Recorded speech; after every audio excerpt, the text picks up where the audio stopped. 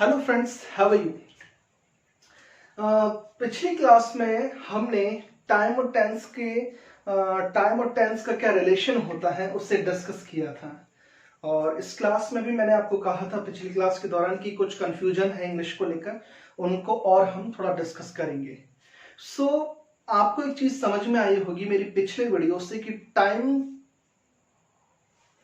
के द्वारा tense guide होता है, टाइम के द्वारा सेंटेंस का स्ट्रक्चर गाइड होता है। और हम नॉर्मली हमारा जो हैबिट है वो टेंस पढ़ा है, हमने सिर्फ वर्ब को पढ़ा है और वर्ब के आधार पर हम उस सेंटेंस का टाइमिंग डिसाइड करते हैं। लेकिन ऐसा नहीं होता, वर्ब कुछ और बोलती है और टाइम कुछ और बोलता है। इसलिए टाइम के द्वारा वर्ब गाइड होती है, टाइम के द्वारा टेंस गाइड होता है, क्योंकि टेंस और वर्ब दोनों सेम होते हैं, दोनों टेंस को ही वर्ब कहा जाता है, जैसा कि मैंने आपको बताया था। सो फ्रेंड्स, एक और चीज, बहुत सारे कंफ्यूजन्स हैं, उनको हम डिस्कस कर रहे हैं। ग्रामेरियंस जो है, ग्रामेरियंस उन्होंने टेंस जो बनाए और प्रेजेंट, पास्ट और फ्यूचर जो तीनों टाइम है, तीनों के चार चार सेक्शन बनाए उन्होंने। Present simple, present continuous, present perfect continuous, इसी तरह से पास्ट के भी चार और फ्यूचर के भी चार। तो उन चारों को स्ट्रक्चर बनाने के पीछे उनका बहुत लॉजिक था, उनका एक मोटिव था कि हर स्ट्रक्चर को अलग अलग तरीके से यूज किया जाए। फ्रेंड्स, हमने नॉर्मली जो पढ़ा है वो जैसे हमें प्रेजेंट कॉन्टिन्यूअस या मैं कहूँ पास्ट कॉन्टिन्यूअस पढ़ाया गया, या हमें परफेक्ट का जो पास्ट का जो स्ट्रक्चर है, पास्ट परफेक्ट टेंस, वो पढ़ाया गया, पास्ट परफेक्ट कॉन्टिन्यूअस पढ़ाया गया, फ्यूचर कॉन्टिन्यूअस, फ्यूचर परफेक्ट और फ्यूचर परफेक्ट कॉन्टिन्यूअस। ये जो हमें पढ़ाए गए, हमें किस तरह से पढ़े हैं हमने कि हमें पहले एक हिंदी का सेंटेंस दिया गया और उस हिंदी के सेंटेंस को हमें इंग्लिश में ट्रांसलेट किया गया। हमें ये बताया गया कि जैसे एक एग्जांपल लेते हैं हम पास्ट कॉन्टिन्यूअस का, कि वह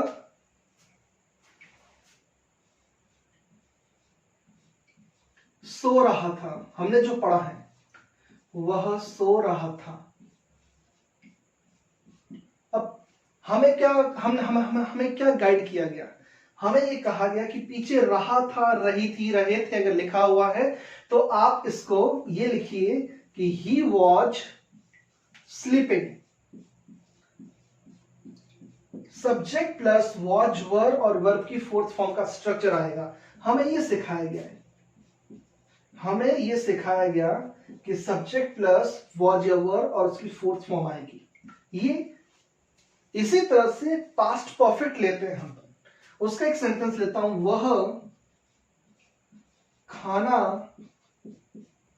वह खाना खा चुका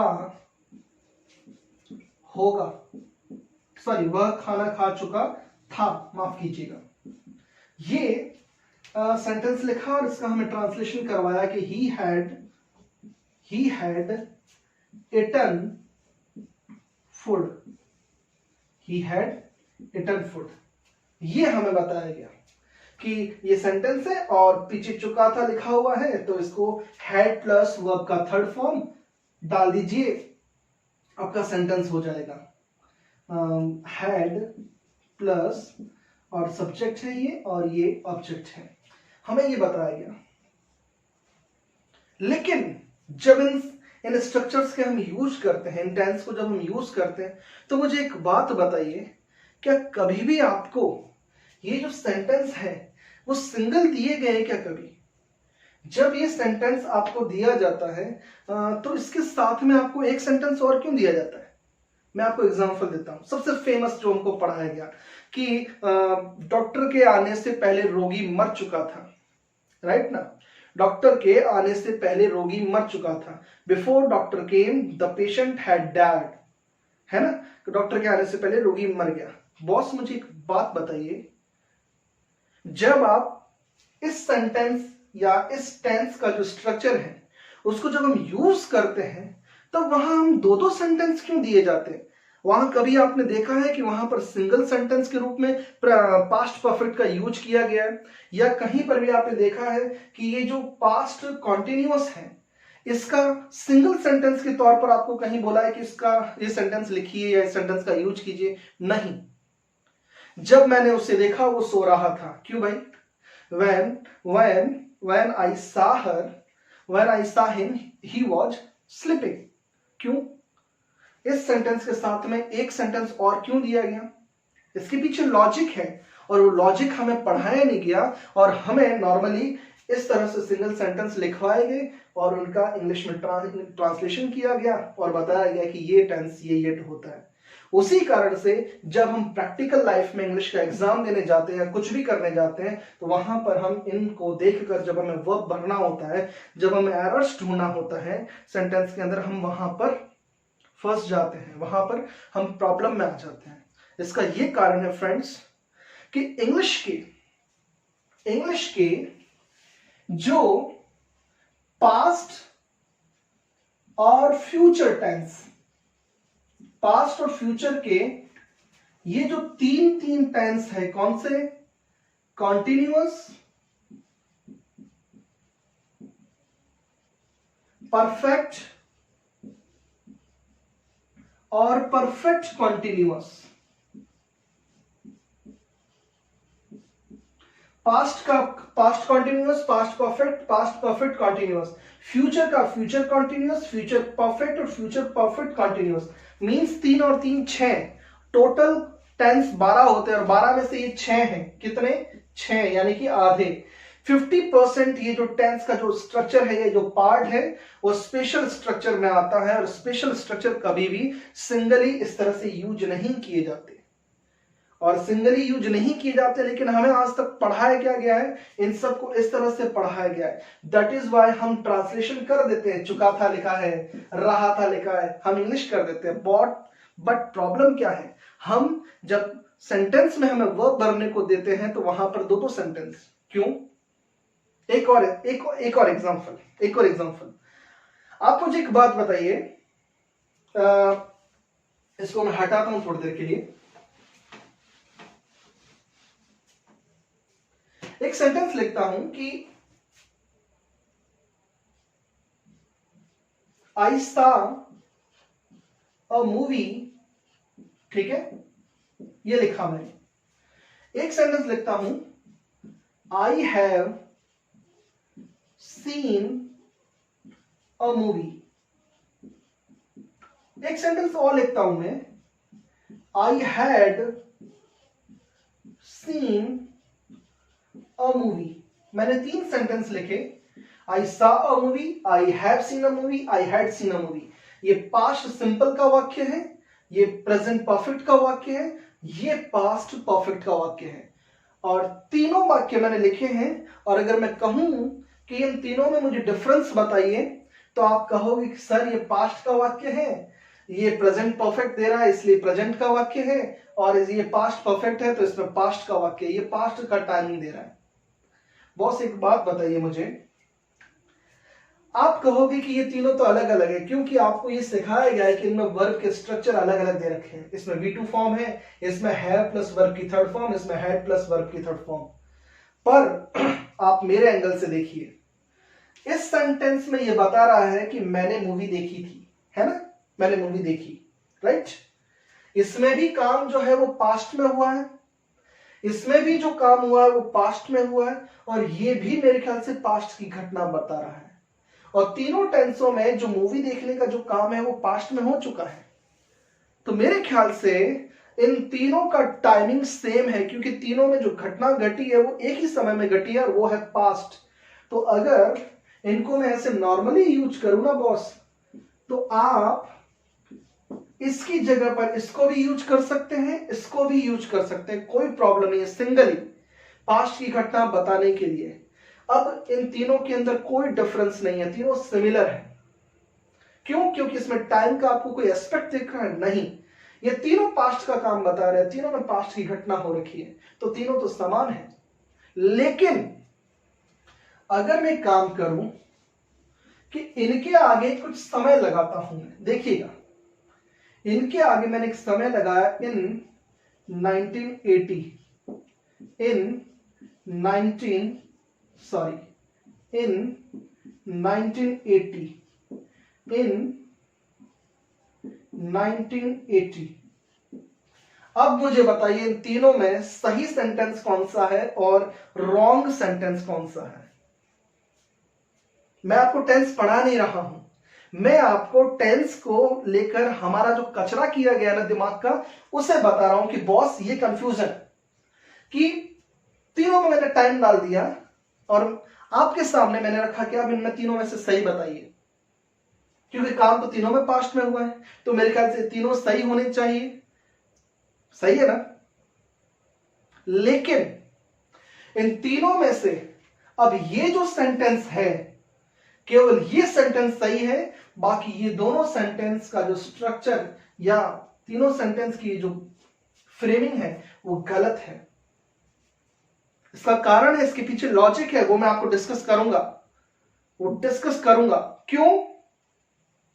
क्योंकि बॉस इन तीनों में अगर आप टाइम नहीं लगाते ना, तो बिना टाइम के तो ये जो वर्ब है तीनों अलग अलग स्ट्रक्चर की, वो पास्ट को ही बताएगी, कोई प्रॉब्लम नहीं है। लेकिन अगर समय रखते हो तो वो जो समय है वो समय सिर्फ पास्ट सिंपल के साथ आएगा, इन दोनों के साथ कभी नहीं आएगा। और अगर इनके साथ आता भी नहीं है और इसके पीछे लॉजिक है कि क्यों नहीं आता है, वो जब मैं इनको पर्सनली अलग अलग पढ़ाऊंगा तो एक एक चीज को डिफरेंस करके बताऊंगा तीनों में क्या अंतर होता है। और अभी इस सेंटेंस में आई सॉ अ मूवी 1980, ये सेंटेंस जो है ये सही है, इसके पीछे लॉजिक है। अंडरस्टैंड? तो हमें इस तरह से पढ़ना है कि कितना अलग अलग है इनमें और हमें क्या बताया गया। एक और चीज हमें पढ़ाया गया है,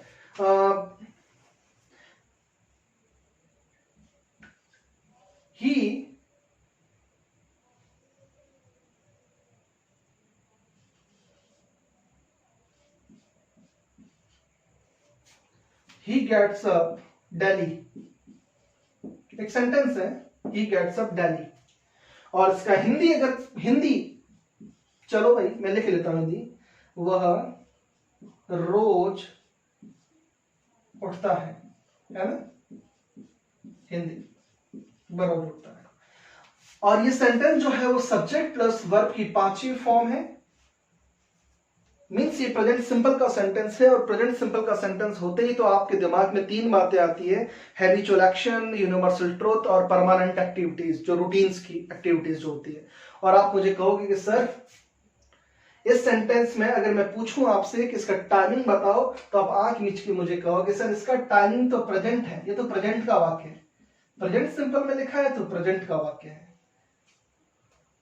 और अगर मैं आपसे पूछना चाहूं कि अगर इसमें समय बताओ इस सेंटेंस का, तो आप मुझे समय क्या बताओगे? इसका समय नॉर्मली आप मुझे प्रेजेंट ही बताओगे, लेकिन एक्चुअल में क्या कभी आपने सोचा है कि इस सेंटेंस का टाइमिंग क्या है? क्योंकि हम टाइम और टेंस पढ़ रहे हैं और टाइम के द्वारा टेंस गाइड होती है, और जरूर उस सेंटेंस के अंदर टाइम का कोई न कोई तो वर्ड आया होगा या ऐसी कोई सिचुएशन आएगी, वो डिसाइड करेगी कि ये जो सेंटेंस है उसका टाइमिंग क्या है। बॉस आप मेरे को एक बात बताएं, कोई भी चीज हैबिचुअल कब बनती है? कोई भी चीज हैबिचुअल आदतन कब बनती? एक दिन में। आज मैं सुबह जल्दी उठा तो ये आदत बन गई क्या? या आप मुझे एक बात बताइए, मैं पिछले 5 दिनों से, 10 दिनों से, 12 दिनों से, महीने से, साल से उठता हूं पास्ट में, और आगे आज भी उठा हूं प्रेजेंट में भी, और आगे भी उठता रहूंगा। चाहे 2 साल उठूं, 1 साल उठूं, 2 महीने उठूं, 1 दिन ही उठूं, लेकिन मेरी आदत तो बरकरार रहेगी ना, क्योंकि आदत एक दिन में नहीं बनती।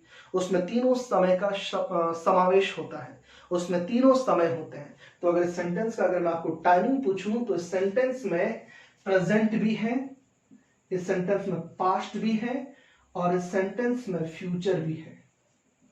यह हमें कभी डिस्कस नहीं किया गया कि इस सेंटेंस का टाइमिंग क्या होता है। एक और चीज, आपको the sun rises in the east, सूर्य पूर्व में उगता है, वर्ब की 5वीं फॉर्म है। इसको देखते ही हम कहते हैं कि साहब ये तो प्रेजेंट सिंपल का वाक्य, ओके। और अगर इसका टाइमिंग पूछूं तो वर्ब को देखकर मुझे बताओगे कि इसका जो टाइमिंग है वो प्रेजेंट का है। एक बात पता है कि इसका जो टाइमिंग है वो प्रेजेंट का है। भगवान राम के समय सूर्य का पूर्व में नहीं उगता था, भगवान कृष्ण के समय नहीं उगता था क्या? उगता था, सॉरी, कल कब उगा? पूर्व में ही उगा था ना। आज पूर्व में ही उगा है और आने वाली फ्यूचर में भी पूर्व में ही उगेगा ना। मींस इस सेंटेंस में क्या तीनों टाइमिंग नहीं है? इस सेंटेंस में तीनों टाइमिंग है और प्रेजेंट सिंपल तीनों समय को व्यक्त करता है। इस चीज को आप हमेशा ध्यान में रखिएगा। मींस इसमें भी क्या है? पीपीटी, पीपीएफ, प्रेजेंट, पास्ट और फ्यूचर। और ये यूनिवर्सल ट्रुथ बनाया गया। बॉस, बच्चे को सही बताइए आप। बच्चे को टाइमिंग ही नहीं पता, और टाइम नहीं पता तो वो वर्ब को कैसे लिखेगा, वो सेंटेंस को कैसे समझेगा? क्योंकि हमें हमेशा हिंदी करा दी गई।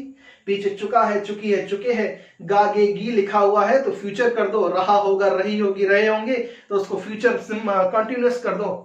चुका है, चुकी है, चुका होगा, चुकी होगी, चुके होंगे तो इसको फ्यूचर परफेक्ट कर दो। हमें ये आइडेंटिफिकेशन बताई गई है और उस आइडेंटिफिकेशन के कारण बच्चा हर चीज को हिंदी में लर्न करता है, हिंदी में उसे समझता है और हिंदी में पढ़ने के बाद उसका सीधा ट्रांसलेट करता है। एक एग्जांपल देता हूं, बताइए।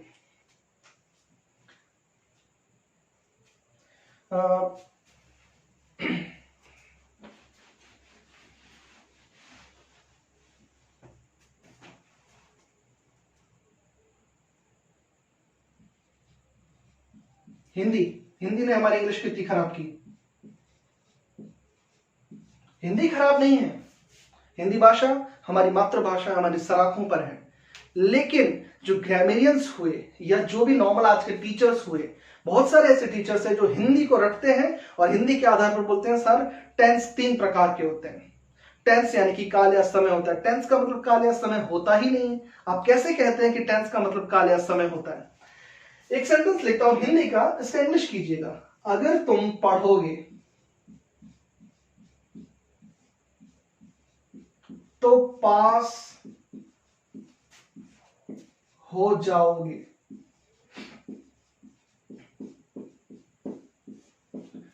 ये सेंटेंस लिखते ही बच्चा क्या कहेगा? पीछे गागेगी लिखा हुआ है, गागेगी लिखा हुआ है, इसलिए वो क्या करेगा? वो कहेगा इफ यू विल स्टडी या रीड, जो भी आप लिखो, है ना, रीड लिखो, स्टडी लिखो, यू विल पास। ये इसने इंग्लिश कर दी हिंदी के आधार पर। पीछे लिखा है गागेगी, अगर है तो उसको फ्यूचर सिंपल में लिख दीजिएगा। बंदे ने लिख दिया। अब मुझे बात पता है क्या ये सेंटेंस सही है हिंदी के आधार पर, सॉरी इंग्लिश के आधार पर? क्या ये सेंटेंस सही लिखा है मैंने? बॉस, आपको ये गागेगी के आधार पर, चुका चुकी, था थे थी, इनके आधार पर इंग्लिश को नहीं सीखना। इंग्लिश बहुत सिंपल लैंग्वेज है। हमें हिंदी अंदर डाल डाल के ये सब चुका चुकी कर करा के हमको हमारा दिमाग चुका दिया गया। एक्चुअल में क्या है देखिए, इंग्लिश कहती है सबसे पहले अगर। अगर क्या होता है? अगर तुम ये करोगे तो ये हो जाएगा, अगर तुम पढ़ोगे, अगर तुम तेज दौड़ोगे तो तुम रेस जीत जाओगे। कंडीशन बता रहा है ना, और मेरे ख्याल से कंडीशन बता रहा है। और इंग्लिश कहती है कि कंडीशन बताने वाला जो वर्ड होता है ना, वो इफ है। और इफ के बाद में आप कभी भी फ्यूचर का स्ट्रक्चर यूज नहीं कर सकते। अंग्रेजी क्या कहती है? इसके बाद में आप कभी भी सेंटेंस में विल या शैल का यूज नहीं कर सकते। किसी भी मॉडल का यूज अमान्य है, निषेध है, प्रोहिबिटेड है। इसीलिए इंग्लिश कहती है कि इस अर्थ को देने के लिए, इसको फ्यूचर बनाने के लिए आपको वहां पर प्रेजेंट सिंपल का जो जो स्ट्रक्चर है, सब्जेक्ट प्लस वर्ब का V1 या V5 फॉर्म, SES वाली फॉर्म, वो लगानी पड़ेगी। और यहां देखिए सब्जेक्ट प्लस V1। अब अगर आप इसको देखोगे तो आपका क्या कहोगे, अब इसको देखकर आप कहोगे सर इसका टाइमिंग तो प्रेजेंट हो गया, क्योंकि इसमें तो सब्जेक्ट प्लस V1 लिखा हुआ है। बॉस अब आप मुझे बताइए कि इंग्लिश कितना सिंपल है कि एक नॉर्मल नियम है कि साहब इफ के बाद में आप कोई भी मॉडल नहीं लगाओगे, फ्यूचर नहीं लिख सकते, लेकिन फ्यूचर को आपको बताना तो पड़ेगा। तो फ्यूचर बताने के लिए इंग्लिश कहती है कि उसके बाद में आप फ्यूचर को अगर शो करना है तो आप प्रेजेंट सिंपल का स्ट्रक्चर डाल दीजिए। और ये प्रेजेंट सिंपल का स्ट्रक्चर एक्चुअल में बता क्या रहा है, एक्चुअल में बात है वो ये कर रहा है यू विल स्टडी की। आई बात समझ में आपको, ये है एक्चुअल में इंग्लिश। और ये इसका जब आप हिंदी पढ़ोगे तो ये कहोगे कि अगर तुम पढ़ोगे तो पास हो जाओगे, और इस के आधार पर अगर तुम पढ़ोगे तो पढ़े नहीं है, कंडीशन है करोगे तो, और कंडीशन मेरे ख्याल से आप जानते ही हैं फ्यूचर में होता है या नहीं होता है। तो इस सेंटेंस का टाइमिंग अगर मैं आपको पूछूं, क्योंकि यहां तो दिखा दोगे आप फ्यूचर लिखा हुआ है, यहां कैसे बताओगे क्योंकि यहां स्ट्रक्चर तो अलग हो गया। तो यहां पर ये फ्यूचर बताएगा, लेकिन स्ट्रक्चर कैसा रहेगा, प्रेजेंट का रहेगा। तो कितनी भिन्नता है देखिए हिंदी और अंग्रेजी में। आप आंख मीच के ऐसे पढ़ोगे गे गागे गी लिखा है तो क्या फ्यूचर डाल दो, नहीं, आप ऐसा नहीं कर सकते। ये इतना इजी है इंग्लिश, और इस हिंदी के कारण कितनी गड़बड़ी होती है ये आपके सामने मैंने रिप्रेजेंट किया है। एक और सेंटेंस देता हूं आपको मैं, बहुत इजी सेंटेंस है।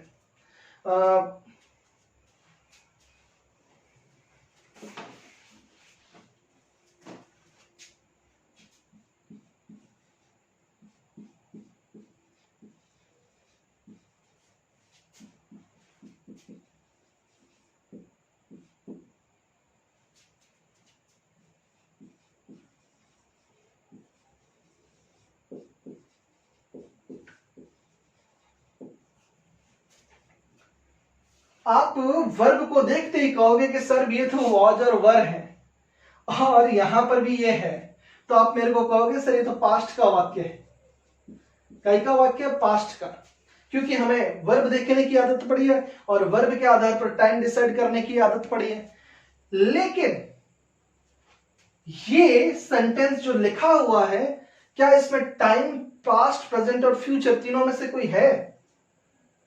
ये सेंटेंस एक्चुअल में है कि अगर मैं राजा होता तो मैं गरीबों की मदद करता, अगर मैं राजा होता तो गरीबों की मदद करता। ये क्या है, ये पास्ट का वाक्य है, ये प्रेजेंट का वाक्य है, फ्यूचर का वाक्य है।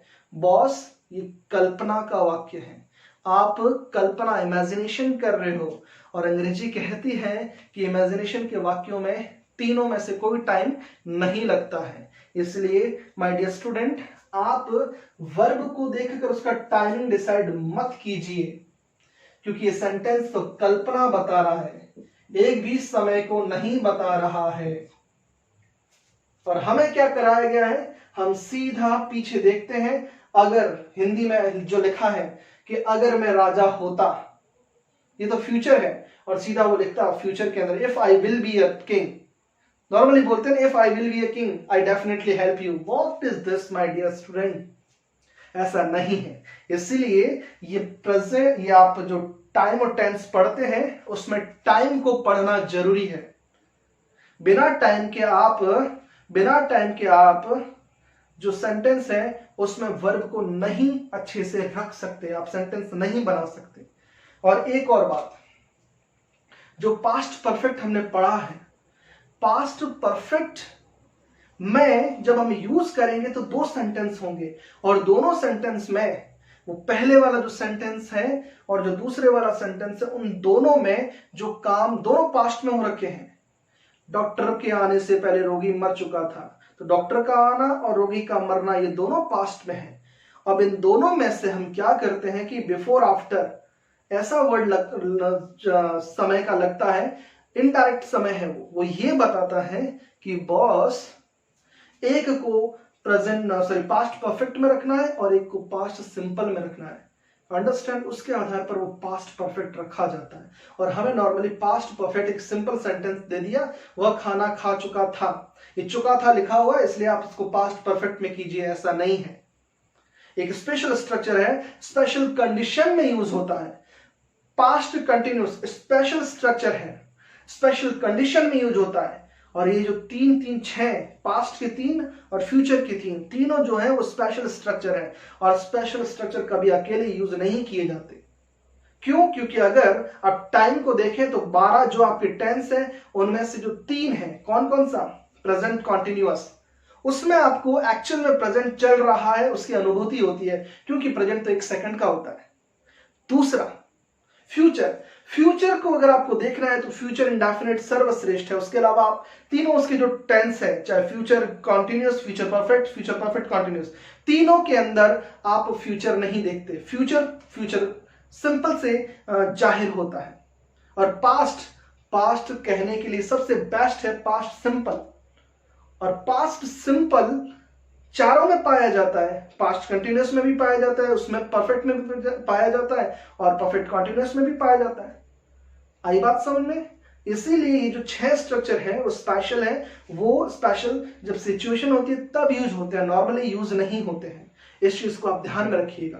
तो मैंने ये जो वीडियो बनाया है ये इसलिए बनाया है कि हमारी जो भ्रांतियां है ना हिंदी को लेकर, क्योंकि हर जगह पहले हिंदी चिपकाई गई, उस हिंदी को इंग्लिश में ट्रांसलेट किया गया और उस ट्रांसलेशन के कारण हमारी हिंदी तो सुदृढ़ होती गई, लेकिन हमारा अंग्रेजी वहीं जीरो रह गया। मैंने आपको ये टेंस पढ़ाया नहीं है, मैंने सिर्फ जो टेंस को लेकर कंफ्यूजन है उसे बताया है। माय डियर फ्रेंड्स, अगर आपको मेरे वीडियो अच्छे लगते हैं, अगर आपको मेरा ये कंटेंट समझ में आता है तो मुझे लाइक कीजिए और मेरे वीडियोस को पढ़ते रहिए। और नेक्स्ट में जो वीडियो लाऊंगा, अब मैं आपको वर्ब पढ़ाऊंगा कि एक्चुअल में वर्ब होता क्या है और वर्ब को किस तरह से हम आइडेंटिफाई करते हैं और वर्ब की जो अलग अलग स्ट्रक्चर्स होते हैं आपको मैं वर्ब से रूबरू कराऊंगा। सो मिलते हैं नेक्स्ट क्लास में। Thank you.